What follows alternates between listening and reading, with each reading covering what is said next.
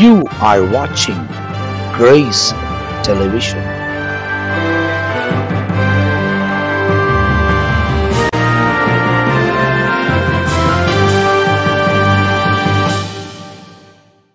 ஆண்டவராகிய இயேசு கிறிஸ்துவின் இனிதான நாமத்தினாலே சுவிசேஷம் என்றதான இந்த நிகழ்ச்சியை பார்த்து கொண்டிருக்கிற உங்கள் யாவரையும் நான் வாழ்த்துகிறேன். இந்த கிரேஸ் தொலைக்காட்சியின் மூலமாய் இந்த நிகழ்ச்சியை பார்க்கிற உங்கள் ஒவ்வொருவரையும் ஆண்டவர் ஆசீர்வதிப்பதுமாய் நடத்துவாராக. நாம் கடந்த நாட்களில் மத்தேயு சுவிசேஷம் 1வது அதிகாரத்திலிருந்து 6வது அதிகாரம் 13வது வசனம் வரையிலும் தியானித்தோம். இன்றைக்கு இந்த சுவிசேஷம் என்ற நிகழ்ச்சியில் பரிசுத்த மத்தேயு சுவிசேஷம் 6வது அதிகாரம் 14, 15 ஆகிய வசனங்களை நாம் தியானிக்கப் போகிறோம். குறிப்பாக இந்த 6வது அதிகாரமும் மலை பிரசங்கத்தின் ஒரு பகுதியாய் இருக்குது என்பது நமக்கு நன்றாக தெரியும். இந்த 5, 6, 7 அதிகாரங்களிலே ஆண்டவர் போதனைகளை அவர் செய்திருக்கிறார். டீச்சிங், அவர் போதித்திருக்கிறார். அந்த போதனையில் குறிப்பாய் 6வது அதிகாரத்தை பார்க்கும்போது தர்மத்தை குறித்து போதித்தார், ஜெபத்தை குறித்து போதித்தார், அதன் பிறகு உபவாசத்தை குறித்து போதித்திருக்கிறார், மன்னிப்பை குறித்து போதிச்சிருக்கிறார், நம்முடைய பொக்கிஷத்தை குறித்து, நம்முடைய பொக்கிஷத்தை எங்கே சேர்த்து வைக்க வேண்டும், எங்கே சேர்த்து வைக்கக்கூடாது என்று சொல்லி பொக்கிஷத்தை குறித்து அவர் நம்மோடு கூட போதித்திருக்கிறார். முதலாவது நாம் பார்த்தது என்ன என்று கேட்டால் தர்மங்களை குறித்து பார்த்தோம். தர்மங்களை குறித்து பார்த்த பிறகு ஜெபத்தை குறித்து பார்த்தோம். அந்த ஜெபத்தை குறித்து 13வது வசனம் வரையிலும் சொல்லப்பட்டிருக்கிறது. ஆனால் 14, 15 ஆகிய வசனத்தை நாம் தியானிப்போம் என்று சொன்னால், மனுஷருடைய தப்பிதங்களை நீங்கள் அவர்களுக்கு மன்னித்தால் உங்கள் பரமபிதா உங்களுக்கு மன்னிப்பார்.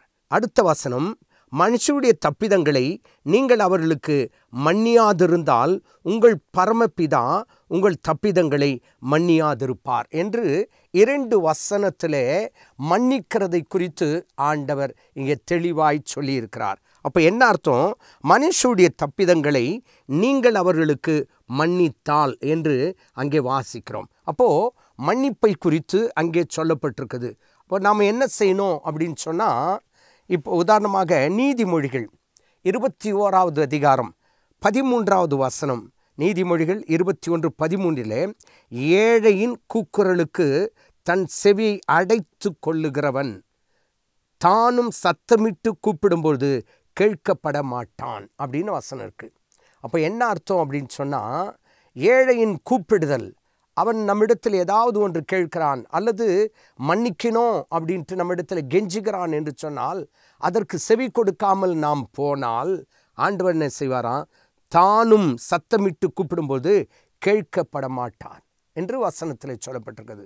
அவனுடைய அர்த்தம் என்ன என்பதை நம்ம ஆழமாய் சற்றே கவனித்து பார்ப்போம் என்று சொன்னால், ஒரு மனிதன் வந்து மன்னிப்பு கேட்குறாரு.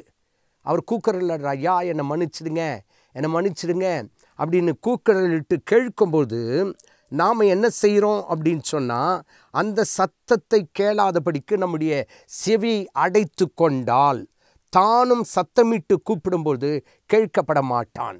அப்போது ஆண்டவர்கிட்ட கேட்டாலும் ஆண்டவர் அதற்கு பதில் கொடுக்க மாட்டார், மன்னிக்க மாட்டார் என்பதுதான் அதனுடைய அர்த்தமாய் இருக்கிறது. அடுத்தபடியாக இன்னும் ஒரு வசனத்தை கூட மத்தேயு சுவிசேஷம் 6வது அதிகாரம் 12வது வசனத்தில் பார்க்கிறோம். எங்கள் கடனாளிகளுக்கு நாங்கள் மன்னிக்கிறது போல எங்கள் கடன்களை எங்களுக்கு மன்னியும் என்று சொல்லி வசனத்திலே வாசிக்கிறோம். அப்போது என்ன அர்த்தம்? நாம் மற்ற கடனாளிகளை நாம் மன்னிக்கிறோமா? கடன் என்று சொல்லும்பொழுது பல வகையிலே சொல்லப்பட்டிருக்குது. காசு பணத்தை கடனாக வாங்கிறது, இல்லது எதையாவது ஒரு பொருளை கடனாய் வாங்குகிறது மாத்திரமல்ல. கடன் என்று சொல்லும்போது வேறு ஒரு அர்த்தத்தையும் குறிக்கிறது. அது என்னன்னு கேட்டால் கடமை, கடன். உதாரணமாக, எனக்கு ஒரு சகோதரனோ சகோதரி இருக்கிறார்கள் என்று சொன்னால் அவர்களை கவனிக்க வேண்டிய கடன் எனக்கு உண்டு. அது என்மேல் விழுந்த கடமை, அது ஒரு கடன்.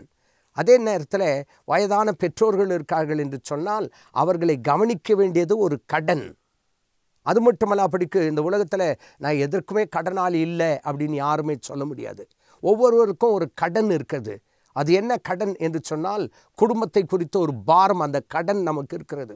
உடன் பிறந்தவர்களை குறித்த ஒரு கடன் நமக்கு இருக்குது. சுவிசேஷத்தை சொல்ல வேண்டிய ஒரு கடன் நமக்கு இருக்கிறது. அப்படி என்றால் இந்த உலகத்தில் எல்லாரும் கடன் பட்டவர்கள்.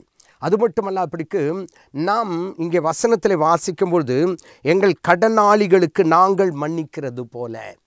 அப்போது நாம் மற்ற கடனாளிகளை நாம் மன்னிக்கிறோமா? அப்போது இங்கே வசனத்தில் சொல்லப்பட்டிருக்கிறது, எங்கள் கடன்களை எங்களுக்கு மன்னியும் என்று சொல்லி வசனத்தில் வாசிக்கின்றோம். அடுத்தபடியாக இன்னும் கூட ஒரு வசனத்தை வாசித்து பார்ப்போம் என்று சொன்னால், மத்தேயு சுவிசேஷம் 7வது அதிகாரத்தில் 2வது வசனம், ஏனெனில் நீங்கள் மற்றவர்களை தீர்க்கிற தீர்ப்பின்படியே நீங்களும் தீர்க்கப்படுவீர்கள், நீங்கள் மற்றவர்களுக்கு அளக்கிற அளவின்படியே உங்களுக்கு அளக்கப்படும் என்று வசனத்தில் வாசிக்கிறோம். அதனுடைய அர்த்தம் என்ன? நீங்கள் மற்றவர்களுக்கு தீர்க்கிற தீர்ப்பின்படியே. அப்போது உங்களுக்கு நீங்கள் மன்னிச்சா ஆண்டவர் உங்களை மன்னிப்பார். நீங்கள் உதவி செய்தால் ஆண்டவர் உங்களுக்கு உதவி செய்வார். நீங்கள் நன்மை செய்தால் ஆண்டவர் உங்களுக்கு நன்மை செய்வார். அப்போது மற்றவர்களை தீர்க்கிற தீர்ப்பின்படியே உங்களுக்கும் தீர்க்கப்படும் என்று வசனத்தில் வாசிக்கிறோம். என கருமையான கர்த்தருடைய பிள்ளைகளை, இங்கே பார்க்கும்போது மன்னிப்பை குறித்து ஆண்டவர் இங்கே சொல்லியிருந்தாலும், ஒரு குறிப்பிட்ட இடத்துல பார்க்கும்பொழுது பேதுரு ஆண்டவராகிய இயேசுவை பார்த்து ஒரு கேள்வி கேட்கிறார். அதை குறித்து நாம் மத்தேயு சுவிசேஷம் 18வது அதிகாரத்தில் வாசிக்கும்பொழுது, அப்பொழுது பேதுரு அவரிடத்தில் வந்து, ஆண்டவரே, என் சகோதரன் எனக்கு விரோதமாய் குற்றம் செய்து வந்தால் நான் எத்தனை தரம் மன்னிக்க வேண்டும்? என் சகோதரன் குற்றம் செய்து வந்தால், செய்துக்கிட்டே இருக்கான், அப்போ நான் எத்தனை முறை மன்னிக்கணும் அப்படின்னு ஆண்டவர்கிட்ட கேட்டுட்டு மறுபடியும் அவன் இன்னொரு கேள்வி கேட்கிறான். 7 தரமோ என்று கேட்டான். 7 தரமோ, 7 முறை மன்னிக்கணுமா அப்படின்னு கேட்டான். அதற்கு இயேசு, 7 தரம் அல்ல, 770 தரம் என்று உனக்கு சொல்லுகிறேன். எப்படியெனில் பரலோக ராஜ்யம் தன் ஊழியக்காரத்திற்கு கணக்கு பார்க்க வேண்டும் என்று ஒரு ராஜாவுக்கு இடத்துல ஒப்பு கொடுத்திருக்கிறார். அவன் கணக்கு பார்க்க தொடங்கின போது 10,000 தாலந்து கடன்பட்ட ஒருவனை அவனுக்கு முன்பாக கொண்டு வந்தார்கள். கடனை தீர்க்க அவனுக்கு நிர்வாகம் இல்லாதபடியினால் அவனுடைய ஆண்டவர் அவனையும் அவன் பெண்ஜாதி பிள்ளைகளையும் அவனுக்குண்டான எல்லாவற்றையும் விற்று கடனை தீர்க்கும்படி கட்டளையிட்டான். அப்பொழுது, நன்றாய் கவனிங்க, அப்பொழுது அந்த ஊழியக்காரன் தாழ விழுந்து வணங்கி, ஆண்டவரே, என்னிடத்தில் பொறுமையாயிரும், எல்லாவற்றையும் உனக்கு கொடுத்து தீர்க்கிறேன் என்றான். நல்லா கவனிங்க, இங்கே 10,000 தாலந்து கடன் வாங்கிட்டான். அப்போது அவனுடைய மனைவி பிள்ளைகள் எல்லாம் கொண்டு வந்துட்டு என்ன பண்ணுறாங்கன்னு கேட்டால், கணக்கு தீர்க்கும்படி என்று சொல்லி அங்கே பார்க்கிறோம். அவனுக்கு உண்டான எல்லாவற்றையும் விற்று கடனை தீர்க்கும்படி கட்டளையிட்டான். அப்பொழுது அந்த ஊழியக்காரன் தாழ விழுந்து வணங்கி, ஆண்டவனே, என்னிடத்தில் பொறுமையாயிரும், எல்லாவற்றையும் உனக்கு கொடுத்து தீர்க்கிறேன் என்றான். அந்த ஊழியக்காரனுடைய ஆண்டவர் மனதிறங்கி அவனை விடுதலை பண்ணி கடனையும் அவனுக்கு மன்னித்து விட்டார். நன்றாய் கவனிங்க, அந்த தாலந்துகள் எல்லாவற்றையும் அங்கே சொல்லப்பட்டிருக்க 10,000 தாலந்துகளையும் அந்த எஜமான் மன்னித்து விட்டாராம். அப்போது வசனத்தில் இப்படி இருக்க, இப்போ இவனுக்கு 10,000 தாலந்து மன்னிச்சிட்டார். இப்படி இருக்க அந்த ஊழியக்காரன் புறப்பட்டு போகையில் தன்னிடத்தில் 100 வெள்ளி பணத்தை கடன்பட்டு இருந்தவனாகிய தன் உடன் வேலைக்காரர் ஒருவனை கண்டு அவனை பிடித்து தொண்டையை நறுக்கி, நீ பட்ட கடனை எனக்கு கொடுத்து தீர்க்க வேண்டும் என்றான். நன்றாய் புரிந்து கொள்ளுங்க, இவன் வாங்கினது 10,000 தாலந்து, ஆனால் இவன் மற்றவனுக்கு கொடுத்தது 100. அந்த 100 பணம் அவனுக்கு கொடுத்து 100 வெள்ளி காசு அங்கே கொடுத்திருக்கார்கள். இப்போ அங்கே 10,000 தாலந்து மன்னிக்கப்பட்டது. ஆனால் 100 தாலந்தை இவன் மன்னிக்காமல் அவன் கழுத்தை நெருக்கிறதாக வசனத்தில் வாசிக்கிறோம். அப்பொழுது அவனுடைய ஊழியக்காரன் அவன் காலில் விழுந்து, என்னிடத்தில் பொறுமையாயிரும், ரொம்ப கெஞ்சி கேட்குறான், என்னிடத்தில் பொறுமையாயிரும், எல்லாவற்றையும் உமக்கு கொடுத்து தீர்க்கிறேன் என்று அவனை வேண்டிக் கொண்டான். அவனோ சம்மதியாமல் போய் அவன் பட்ட கடனை கொடுத்து தீரும் அளவும் அவனை காவலில் போடுவித்தான். எவ்வளோ கொடுமையாக இருக்குது பார்த்தீங்களா? ஆனால் அவனுடைய ஆண்டவர் 10,000 தாலந்தை மன்னிச்சிட்டாரு.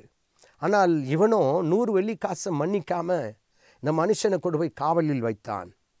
நடந்ததை அவனுடைய ஊழியக்காரன் கண்டு மிகவும் துக்கப்பட்டு ஆண்டவரிடத்தில் வந்து நடந்ததை எல்லாம் அறிவித்தான். அப்பொழுது அவருடைய ஆண்டவர் அவனை அழைப்பித்து, பொல்லாத ஊழியக்காரனே, நீ என்னை வேண்டிக் கொண்டபடியினால் அந்த கடனை முழுவதும் உனக்கு மன்னித்து விட்டேன். நான் உனக்கு இறங்கினது போல நீ உன் உடன் வேலைக்காரனுக்கு இறங்க வேண்டுமோ என்று சொல்லி, இறங்க வேண்டாமோ, நம்முடைய உடன் வேலைக்காரனுக்கு இறங்க வேண்டாமோ என்று சொல்லி என்று வசனத்தில் வாசிக்கிறோம். அவருடைய ஆண்டவன் கோபம் அடைந்து அவன் பட்ட கடனை எல்லாம் தனக்கு கொடுத்து தீருமளவும் உபத்திரவத்திற்கு ஒப்பு கொடுத்ததாக வசனத்தில் வாசிக்கிறோம். அருமையான கர்த்தருடைய பிள்ளைகளை, இதிலிருந்து கற்றுக்கொள்வது என்ன? நாம் மன்னித்தால் தேவன் நம்மை மன்னிப்பார். ஆனால் பேதுரு இங்கே கேட்கும்போது ஆண்டவரிடத்தில் கேட்கிறாரு, நான் எத்தனை முறை மன்னிக்க வேண்டும்? 7 தரமோ என்று கேட்கிறார். ஆனால் ஆண்டவருடைய பதில் என்ன? 7 தரம் மாத்திரமல்ல, 770 தரம் மட்டும் என்று உனக்கு சொல்லுகிறேன். அது என்ன 770? அப்போது வசனத்தை சற்றே ஆராய்ந்து பார்ப்போம் என்று சொன்னால், ஒருவேளை இந்த வியாக்கியானம் எத்தனை பேர் ஏற்றுக்கொள்கிறீர்கள் எனக்கு தெரியாது. ஆனால் நான் இப்படியா யோசிக்கிறேன். 7 தரமோ என்று கேட்கும்போது ஆண்டவர் சொல்கிறாரு, 7 தரம் மாத்திரமல்ல, 770 தரம் அப்படின்னு. அப்போது என்ன அர்த்தம்? 770 அப்படின்னு சொன்னால் 490 முறையா? அநேகர் இப்படி தான் சொல்லுவாங்க. குறைஞ்சபட்சம் 490 முறை ஆகிடும் மன்னிக்கணும் அப்படின்னு சொல்லிட்டு. ஆனால் நான் விசுவாசிப்பது வேறு. 770 என்றால் என்ன அர்த்தம் அப்படின்னு பார்த்தீங்கன்னா, 7 என்பது பரிபூரணம் என்ற அர்த்தம். வேதத்திலே அதை குறித்து பார்க்கிறோம். 7 என்பது பரிபூரணத்தை குறிக்கிறது. 70 என்பது எதை குறிக்கிறது என்று சொன்னால், மனுஷனுடைய ஆயுசு நாட்கள் 70 வருடம். பலத்தின் மிகுதியினால் 80 வருடமாக இருந்தாலும் அதனுடைய மேன்மையானது வருத்தமும் சஞ்சலமும் என்று வேதத்திலே சொல்லப்பட்டிருக்குது. அப்போது இதை ரெண்டுத்தையும் ஒன்றா நாம் சேர்த்து பார்ப்போமே. இங்கே பரிபூரணம், இங்கே ஆயுசு நாட்கள் 70. அப்போது நான் என்ன விசுவாசிக்கிறேன்? 770 என்று சொன்னால் பரிபூர்ணமாய் நாம் உயிருள்ள வரையிலும் நம்முடைய ஆயுள் நாட்கள் முழுவதும் பரிபூர்ணமாய் மன்னிக்க வேண்டும். அல்லது 70 வருடம் நம்முடைய ஆயுசு நாட்கள் என்று சொன்னால் அந்த 70 வருடத்திலையும் பரிபூர்ணமாக எல்லாத்தையும் மன்னிக்கணும். சுருக்கமாக சொல்லணுனாக்கா, நம்ம உயிருள்ள நாள் பரியந்தம் மற்றவர்களை மன்னிக்க வேண்டும் என்பது தான் அதனுடைய அர்த்தமாக இருக்கும் என்று சொல்லி நான் விசுவாசிக்கிறேன். ஆம், என கருமையான கர்த்தருடைய பிள்ளைகளை, இன்றைக்கு நாம் மற்றவர்களை மன்னிக்கிறவர்களாக இருக்க வேண்டும். அப்போது பேதுருடைய சந்தேகம் என்ன? எத்தனை முறை மன்னிப்பது? அப்போது சிலர் சொல்லுவாங்க, எத்தனை முறை அவனை மன்னிக்கிறது? 1 முறை 2 முறைனா பரவாயில்ல, எத்தனை முறை நான் பொறுமையை சோதிச்சிட்ருக்கான் அப்படின்னு சொல்லுவாங்க. 1 முறை 2 முறை மன்னிக்க சொல்லி ஆண்டவர் சொல்ல, இல்லை 7 முறை மன்னிக்கும்படியே சொல்லலை. உன் ஆயுசு நாள் முழுவதுமாய், நீ உயிரோடு இருக்க நாள் முழுவதுமாய் பரிபூரணமாய் பூரணமாய் அவனை மன்னிக்க வேண்டும். ஆனால் அநேகர் என்ன செய்வாங்க? மன்னிப்போம் மறப்போம் அப்படின்ற ஒரு பழமொழி பிரகாரம் மன்னிப்போம் மறப்போம் அப்படின்னு சொல்லிட்டு கடைசியில் மன்னிக்கவும் மாட்டான், மறக்கவும் மாட்டான். என்னன்னு கேட்டால், அவனை பார்த்தாலுமே அவன் செய்த தப்பு எனக்கு முன்னாடி இருக்குது அப்படின்னு சொல்லிட்டு அதை நினச்சி பார்த்துக்கிட்டே இருப்பாங்க. அப்படியே நினச்சிக்கிட்டே இருப்பாங்க. ஒரு சம்பவத்தை உங்களுக்கு சொல்ல ஆசைப்படுகிறேன். குறிப்பாக சொல்ல வேண்டும் என்று சொன்னால், மனிதனுடைய இயல்பு எப்படி இருக்கணும் அப்படின்னு சொன்னால், மன்னிப்போம் என்று சொல்லி மன்னிச்சுட்டு உடனே என்ன பண்ணணும்? மறக்கணும். ஒரு முறை ஒரு முனிவர், ஒரு சாமியார் ஒரு ஆற்றோரத்தில் உட்கார்ந்து கொண்டு தியானம் பண்ணிகிட்ருக்கார். அப்போது திடீரென்று சொல்லி ஒரு தேள் அது அப்படியே ஆற்றோரத்தில் அப்படியே வந்து தண்ணியில் விழுந்துடுச்சு. இவர் என்ன பண்ணியிருக்கார்? உட்காந்துட்டு இருந்தா, ஐயோ தேள் தண்ணியில் விழுந்துடுச்சே, செத்து போவோமே அப்படின்னு சொல்லிட்டு கையால் எடுத்து அப்படி வைக்கும்போது தேள் கொட்டிடுச்சு.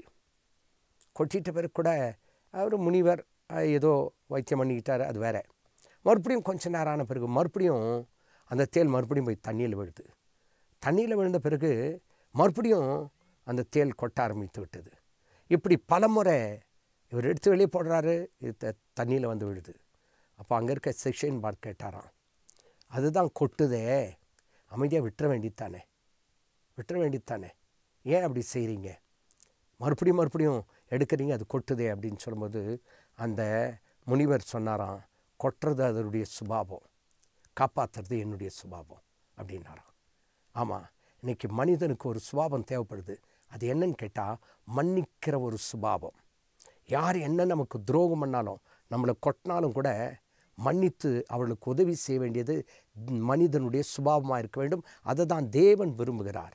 எத்தனை முறை மன்னிக்கணும் அப்படின்னு சொன்னால் 7 முறையா?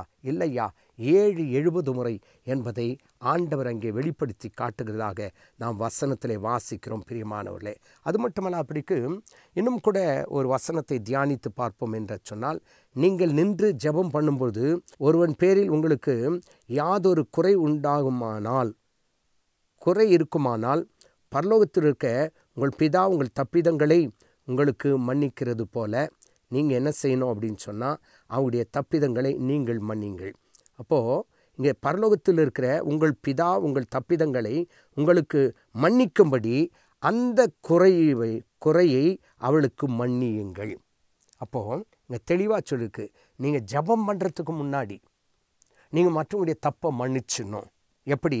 பரலோகத்தில் இருக்க உங்கள் பிதா உங்களை மன்னிக்கிறது போல, பிதா உங்கள் தப்பிதங்களை உங்களுக்கு மன்னிக்கும்படி, அதாவது அவர் உங்களை மன்னிக்கும்படி நீங்கள் என்ன செய்யுங்க, அவங்களுக்கு மன்னிக்கணும்.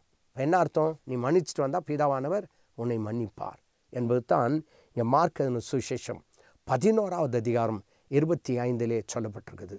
அருமையான கர்த்தருடைய பிள்ளையே, இன்றைக்கு மன்னிக்கிற சுபாவம் நமக்கு இருக்கிறதா சற்று யோசித்து பார்க்கலாம்.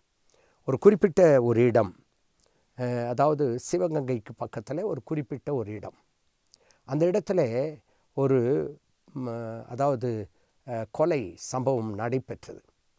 கொலை சம்பவம் நடைபெற்ற பிறகு நன்றாய் கவனிங்க, 16 வருடத்திற்கு பிறகு கொலை செய்யப்பட்டவுடைய மகன் யார் கொலை செய்தாரோ அவரை 16 வருஷத்துக்கு பிறகு பழி வாங்கினதை பத்திரிகையில் வாசித்தேன். அந்த இடம் எனக்கு நன்றாய் தெரியும். அந்த பகுதியிலே நான் ஊழியம் செய்திருக்கிறேன். எதற்காக சொல்கிறேன்? இந்த 16 வருஷம் அந்த பையனுடைய இருதயத்தில் அந்த பழி வாங்குகிற சுபாவம் இருந்தது. பாருங்களேன், பழி வாங்குகிற சுபாவம். சிலர் சொல்லுவாங்க, அடிப்பட்ட பாம்பு கடிக்காமல் விடாது அப்படின்வாங்க. ஆனால் அதனுடைய கதையை வேற. ஏன்னு கேட்டால், அடிப்பட்டுச்சுன்னா அது பழி வாங்குமா. ஆனால் அந்த சுபாவம் நமக்கு இருக்கக்கூடாது. பழி வாங்குகிறது நமக்குரியது அல்லன்னு வேதம் தெளிவாய் சொல்லப்பட்டிருக்குது. நம்முடைய சுபாவம் எப்படி இருக்கணும்னு கேட்டால், மன்னிக்கிற சுபாவம் நமக்கு தேவைப்படுகிறது. ஒருவரை ஒருவர் மன்னிங்கள் என்று வசனத்திலே வாசிக்கிறோம். நீங்கள் நின்று ஜெபம் பண்ணும்போது ஒருவன் பேரில் உங்களுக்கு யாதொரு குறை உண்டாயிருக்குமானால், மற்றவங்க பேரில் உனக்கு குறையவா இருந்துச்சு அப்படின்னு சொன்னால், பரலோகத்தில் இருக்க உங்கள் பிதா உங்கள் தப்பிதங்களை உங்களுக்கு மன்னிக்கும்படி அந்த குறையை அவனுக்கு என்ன செய்யுங்க, மன்னியுங்கள் என்று சொல்லி வேதத்திலே சொல்லப்பட்டிருக்குது. அப்போது இந்த வசனங்களெல்லாம் நாம் வாசித்து கொண்டிருக்கும்போது தேவன் நமக்கு கற்றுக் கொடுக்கிற பாடம் என்னன்னு கேட்டால், மற்றவருடைய தப்பிதங்களை நாம் மன்னிக்க வேண்டும் என்று தேவன் விரும்புகிறார். அதே போல் இன்னும் ஒரு வசனத்தையும் வாசித்து பார்ப்போம் என்று சொன்னால், ஒருவருக்கொருவர் தயவாயும் மனதுருக்கமாயும் இருந்து கிறிஸ்துவுக்குள் தேவன் உங்களை மன்னித்தது போல நீங்களும் ஒருவருக்கொருவர் மன்னியுங்கள் என்று சொல்லி எபேசியர் 4வது அதிகாரம் 32வது வசனத்திலே சொல்லப்பட்டிருக்குது. நன்றாய் கவனிங்க, ஒருவருக்கொருவர் தயவாயும் மனதுருக்கமாயும் இருந்து, தயவாகவும் இருக்கணும், மனதுருக்கமாக இருந்து கிறிஸ்துவுக்குள் தேவன் உங்களுக்கு மன்னித்தது போல நீங்களும் ஒருவருக்கொருவர் மன்னியுங்கள். அருமையான கர்த்தருடைய பிள்ளைகளை, பவுலப்போஸ்தலன் எபேசியருக்கு எழுதும்பொழுது அவர் சொல்லுகிறது மாதிரி தான். ஆண்டவரும் சொல்லிட்டாரு மன்னிங்க அப்படின்னு சொல்லிட்டாரு. அதே நேரத்தில் இப்போ பவுலப்போஸ்தலனும் சொல்கிறாரு ஒருவருக்கொருவர் மன்னியுங்கள் என்று சொல்லப்பட்டிருக்குது. நாம் மன்னிக்கிறோமா? சில நேரத்தில் சொல்லுவாங்க, நான் செத்தாலும் அவனை மன்னிக்க மாட்டேன், நான் செத்தாலும் அவன் வீட்டு வாசற்படியில் போக மாட்டேன் அப்படின்னு. நீ செத்தா எப்படி மன்னிக்க முடியும்? உயிரோடு இருக்கும்போதே மன்னின்னு தான் ஆண்டவர் சொல்கிறாரு. ஆனால் பழி வாங்குகிற மாதிரி அநேகர் என்ன சொல்லுவாங்கன்னு கேட்டால், நான் செத்தாலும் நான் அவனை மன்னிக்க மாட்டேன். பிரியமான கர்த்தருடைய பிள்ளையே, நீ மன்னிக்கலனாக்கா கர்த்தர் உன் பாவத்தை மன்னிக்க மாட்டார். அதான் வசனம் சொல்லுகிறது. ஒருவர் தாங்கி ஒருவர் பேரில் ஒருவருக்கு குறை உண்டானால் கிறிஸ்து உங்களுக்கு மன்னிக்கிறது போல ஒருவருக்கொருவர் மன்னியுங்கள். கொலோசியர் 3வது அதிகாரம் 13வது வசனத்தில் தெளிவாய் சொல்லப்பட்டிருக்குது. ஒருவருக்கு ஒருவர் தாங்கி ஒருவர் பேரில் ஒருவருக்கு குறை உண்டானால், குறைவு இருக்கா, அதை என்ன செய்யணும் அப்படின்னு கேட்டால், அந்த குறைவை பெருசாகிட்டே போகுது.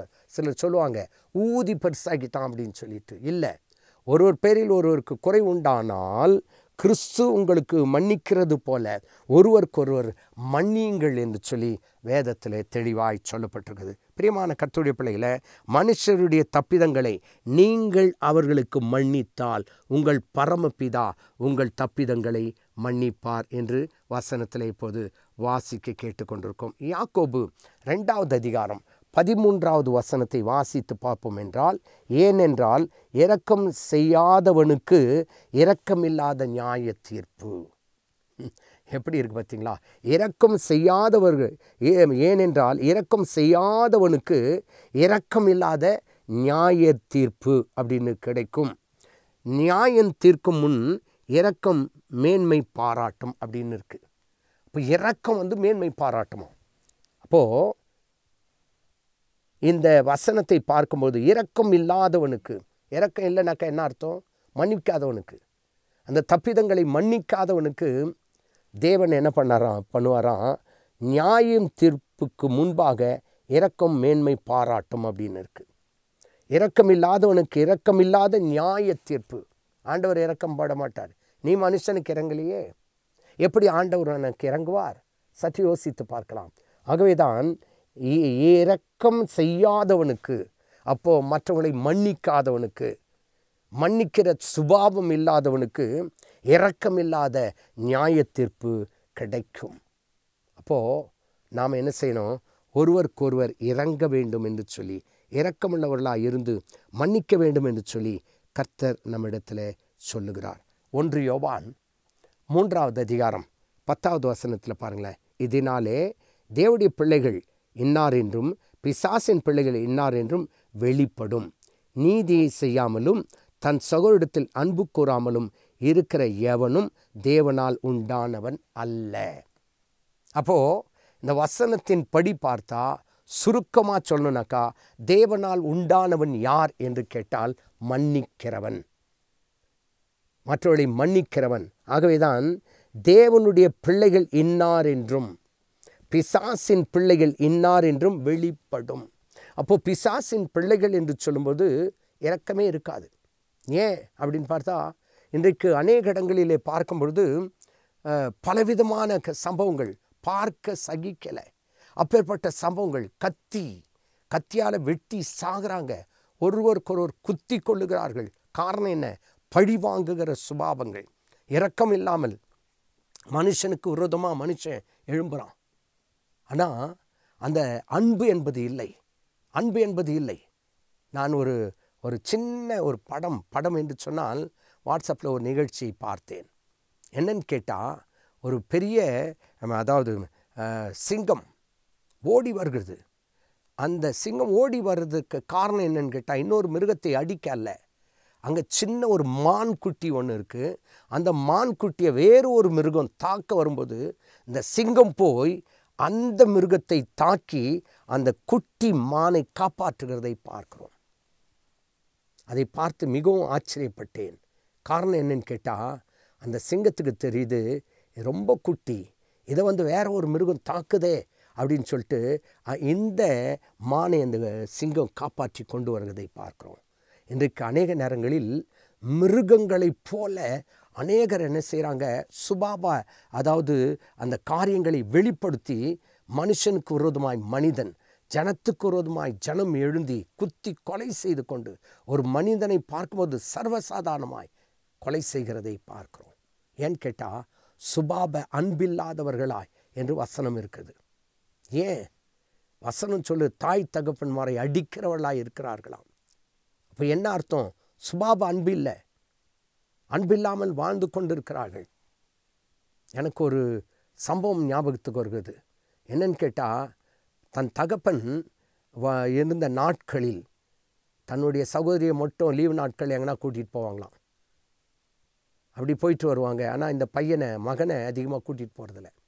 ஆனால் இந்த மகன் ஒரு காலத்தில் நல்லா வளர்ந்து பெரியவன் ஆகிட்ட பிறகு இவனுக்குள்ள ஒரு எண்ணம் என்னன்னு கேட்டால், என் தங்கச்சி எங்கெல்லாம் கூட்டிகிட்டு போனாரோ எங்கள் அப்பா, அந்த இடத்துக்கெல்லாம் நான் போகணும் அப்படின்னு சொல்லிட்டு இவன் சம்பாதிக்கும்பொழுது தன்னோட வீட்டுக்கு தெரியாமல் ஓடிட்டான். பல வருஷங்கள் அவனை தேடின பிறகு தான் தெரியுது, இவங்க அப்பா வேலை செய்து அந்த இடத்துல இவன் போய் குடியிருக்கான். ஏன்டா இங்கே வந்தேன்னு கேட்டால், அப்போ சின்ன பையனாக இருக்கும்பொழுது நான் ஆசைப்பட்டேன், அப்போது அந்த நேரத்தில் என்னை கூட்டிகிட்டு போகல, ஆனால் இப்போ சம்பாரிச்சிட்டு நான் இங்கே வந்திருக்கிறேன், நான் இந்த இடத்துல குடியிருக்கேன் அப்படின்னு சொல்கிறான். ஏன்னு கேட்டால், ஆரம்ப நாட்களிலே அவனுடைய இருதயத்தில் பழி வாங்குகிற சுபாவம் இப்போது அப்பா அம்மாவுக்கே தெரியாமல் போயிட்டு அப்பா அம்மாவை பழி வாங்குறான். ஆண்டவர் சொல்கிறாரு, மன்னிக்கணும் அப்படின்றாரு. சுபாவ அன்பு இல்லை, பெற்றோர்கிட்ட அன்பு இல்லை, பெற்றோர்கிட்ட பேசுகிற அந்த விதமே மோசமாக இருக்குது. ஏன்னு கேட்டால், வசனத்தின்படி பார்த்தா சுபாவ அன்பில்லாதவர்களாய் அன்புள்ளவன் மன்னிக்கிறவனாய் இருப்பான் என்பதற்கு வேத வசனம் ஆதாரமாக இருக்குது. அது மட்டுமல்லாதபடிக்கு 14வது வசனத்தை வாசித்து பார்ப்பீர்கள் என்று சொன்னால், 14 வாசிட்டும் 15, மனிதருடைய தப்பிதங்களை நீங்கள் அவர்களுக்கு மன்னிக்காமல் இருந்தால் உங்கள் பரமபிதா உங்கள் தப்பிதங்களை மன்னியாதிருப்பார் என்று வசனத்திலே தெளிவாய் வாசிக்கிறோம். அப்போது நாம் மனுஷருடைய தப்பிதங்களை மன்னிக்காவிட்டால் அவர் நம்மை மன்னிக்க மாட்டார். மத்தேயு 18வது அதிகாரம் 35வது வசனத்தில் பார்க்கும்போது, நீங்களும் அவனவன் தன் சகோதரன் செய்த தப்பிதங்களை மனப்பூர்வமாய் மன்னியாமற் போனால் என் பரமபிதா உங்களுக்கு இப்படி செய்வார். இப்போது அங்கே தெளிவாக இருக்குது, நீங்கள் அவனவன் தன் சகோதரன் செய்த தப்பிதங்களை மனப்பூர்வமாய் மன்னியாமற் போனால் என் பரமபிதா உங்களுக்கு அப்படி செய்வார் என்று வசனத்திலே வாசிக்கிறோம். அப்போது மன்னிக்கிறது மாத்திரமல்ல, அங்கே வசனத்திலே வாசிக்கிறது என்ன, மனப்பூர்வமாய் மன்னிக்க வேண்டும். அருமையான கர்த்தருடைய பிள்ளையே, மன்னிப்போம் மறப்போம் என்று சொல்லி அல்ல, வசனம் சொல்லுகிறது மனப்பூர்வமாய் அவைகளை மன்னிக்க வேண்டும். அப்போது வசனத்திலே நாம் வாசிக்கிறது போல இன்றைக்கு மற்றவர்களுக்கு நாம் மன்னிக்கிறவர்களாக இருந்து கர்த்தருடைய பரிபூர்ணமான ஆசீர்வாதத்தை பெற்றுக்கொள்ளவர்களாக இருக்க வேண்டும். பிரியமான கர்த்தருடைய பிள்ளைகளை, அப்படி இல்லாவிட்டால் நம்முடைய பரமபிதா நம்முடைய தப்பிதங்களை மன்னிக்க மாட்டாராம். இன்றைக்கி அநேக நேரங்களில் சிலர் என்ன செய்வாங்கன்னு தெரியுங்களா, பேசிகிட்டே இருக்கும்போது சாரின்னு சொல்லுவாங்க. அது தேவையில்லாத ஒன்று. ஏன்னு கேட்டால், சாரி கேட்குறது தப்பு செய்தால் மட்டும்தான் என்ன பண்ணணும், சாரி கேட்கணும். இன்றைக்கி அநேகம் என்ன பண்ணுவாங்கன்னு கேட்டால், கண்டதுக்கெல்லாம் சாரின்னுவாங்க. அப்போ அது தப்பு. என்னன்னு கேட்டால், நீங்கள் என்ன செய்யணும், மற்றவர்களை மன்னிக்கணும். அதே நேரத்தில் அப்படி மன்னிச்சாதான் பரமபிதா நம்மை மன்னிப்பார் என்று சொல்லி வசனத்திலே நாம் வாசிக்கின்றோம். எனக்கு அருமையான கர்த்தருடைய பிள்ளைகளை, மறுபடியுமாய் 13-14 வசனத்தை வாசிக்கிறேன். மனிதனுடைய தப்பிதங்களை நீங்கள் அவர்களுக்கு மன்னித்தால் உங்கள் பரமபிதா உங்களுக்கு மன்னிப்பார். மன்னிப்பேனுமா, நீங்கள் மன்னிக்கணும். ரெண்டாவது என்ன சொல்லப்பட்டிருக்கிறது, 15வது வசனத்தில், மனிதனுடைய தப்பிதங்களை நீங்கள் மன்னியாதிருந்தால் உங்கள் பரமபிதா உங்கள் தப்பிதங்களை மன்னியாதிருப்பார். பிரியமான கர்த்தருடைய பிள்ளைகளை, ஆண்டவராகிய தேவன் உங்களுக்கு மன்னிக்க வேண்டும் என்று சொல்லி அவர் விரும்புகிறார். அவர் இருதயத்தில் ஞானம் உள்ளது, பலத்தில் பராக்கிரம் உள்ளவர், அவருக்கு விரோதமாக தன்னை கடினப்படுத்தி வாழ்கிறவன் யார் அப்படின்னு வசனம் இருக்குது. இன்னொரு முறை வாசிக்கிறேன். அவர் இருதயத்தில் ஞானம் உள்ளவர், பலத்தில் பராக்கிரம் உள்ளவர், அவருக்கு விரோதமாய் தன்னை கடினப்படுத்தி வாழ்கிறவன் யார்? வாழ முடியாது அப்படின்னு சொல்லிட்டு யோபு 9வது அதிகாரம் 4வது வசனத்தில் இருக்குது. அப்போ என்ன அர்த்தம், அவருக்கு விரோதமாய் தன்னை கடினப்படுத்தி வாழ்கிறவன் யார்? இன்னைக்கு அநேகர் அப்படி தான் தங்கள் இருதயத்தை கடினப்படுத்தி கொண்டு அவருக்கு விரோதமாக மற்றவங்களை என்ன பண்ணுறதில்ல, மன்னிக்கிறதே கிடையாது. ஒரே ஒரு சம்பவத்தை சொல்லி நான் முடிக்க ஆசைப்படுகிறேன். ஒரு குறிப்பிட்ட ஒரு இடத்துல ஒரு குறிப்பிட்ட சகோதரர்கள் 2 பேர் சர்ச்சுக்கு போயிட்டு இருந்தாங்க. அப்படி சர்ச்சுக்கு போயிட்டு இருக்கும்பொழுது திடீர்னு மூத்தவர் ஆலயத்திற்கு வரல. அவரை போய் கேட்கும்போது ஏன் வரல அப்படின்னு கேட்டால், அவன் வரான் அதனால் நான் வர்றதில்லை. அவனாக்க யாருங்க, அதான் என் தம்பி இருக்கான்ல, அவன் சர்ச்சுக்கு வர்றதுனால நான் வரமாட்டேன். அப்போ அவரை நிப்பாட்டிட்டா நீங்கள் வந்துடுவீங்களா? ஆமாம், அவன் நிற்கட்டும், அவன் வேண்டாம், நம்ம சர்ச்சுக்கு வேண்டாம், அவன் நின்றுட்டான்னாக்கா நான் வரேன் அப்படின்னு. இப்போ நான் சொன்னேன், சரி உங்களுக்கு முன்னாடி அவர் பரலோகத்துக்கு போயிட்டார். அப்போ அவர் பரலோகத்துக்கு போயிட்டா, அவன் பரலோகத்தில் இருக்கிறதுனால நான் வரமாட்டேன்னு சொல்லிட்டா, நீ எங்கே போகணுன்னு தெரியுமான்னு கேட்டேன். அவர் ஒரு மாதிரி அசந்து போய் என்னை பார்த்தார். ஆமாம், உனக்கு முன்னாடி அவன் போயிட்டான் அப்படின்னு சொன்னான், பரலோகத்துக்கு போயிட்டார் அப்படின்னு சொன்னான். அங்கே போய் பார்த்துட்டு இல்லை அவன் இங்கே இருக்கிறதுனால நான் இருக்க மாட்டேன்னு சொல்ல முடியுமா? முடியாது. அங்கே போனால் தம்பி இருக்கிறதெல்லாம் தெரியாது, அது வேறு உண்மை சரித்திரம் வேறு. நான் அவருக்கு இப்படியா சொல்லும்போது அவர் ஒரு மன்னிப்பு கேட்டுக்கிட்டார். என்ன கேட்டால், சாரி ஐயா, சாரி, இனிமேல் நான் சபைக்கு நான் ஒழுங்காக வருவேன். ஏன் இதை நான் சொல்கிறேன்னு கேட்டால், உடன் பிறந்த சகோதரனை மன்னிக்க அவருக்கு முடியல. அவன் வர்றதுனால நான் சர்ச்சுக்கு வர்றதில்ல. இன்றைக்கி அநேகர் அப்படி தான். என்னென்னு கேட்டால், அவன் இந்த சர்ச்சுக்கு போகிறதுனால நான் இனிமேல் இந்த சர்ச்சுக்கு வரமாட்டேன், வேறு எங்காவது போக போகிறேன் அப்படின்னு சொல்லுவாங்க. அதுக்கு காரணம் என்னன்னு கேட்டால், கடினப்படுத்துவது, தன் இருதயத்தை கடினப்படுத்துவது. கர்த்தர் அதை விரும்பலை. இன்றைக்கு அநேக நேரங்களிலே பார்க்கும்போது கடைசியாய் நான் வாசித்த அந்த வசனத்தின்படி, அவர் இருதயத்தில் ஞானம் உள்ளவர், பலத்தில் பராக்கிரம் உள்ளவர், அவருக்கு விரோதமாய் தன்னை கடினப்படுத்தி வாழ்ந்தவன் யார்? அவருக்கு விரோதமாக இருதயத்தை கடினப்படுத்தி யாராலையும் வாழ முடியாது. இன்றைக்கி அப்படி தான் சவுனுக்கு விரோதமாக இருதயத்தை கடினப்படுத்துகிறார்கள். வசனம் சொல்கிறது, நீங்கள் மன்னிச்சா அவர் மன்னிப்பார், நீங்கள் மன்னியாமல் இருந்தால் அவர் உங்களை மன்னிக்க மாட்டார்.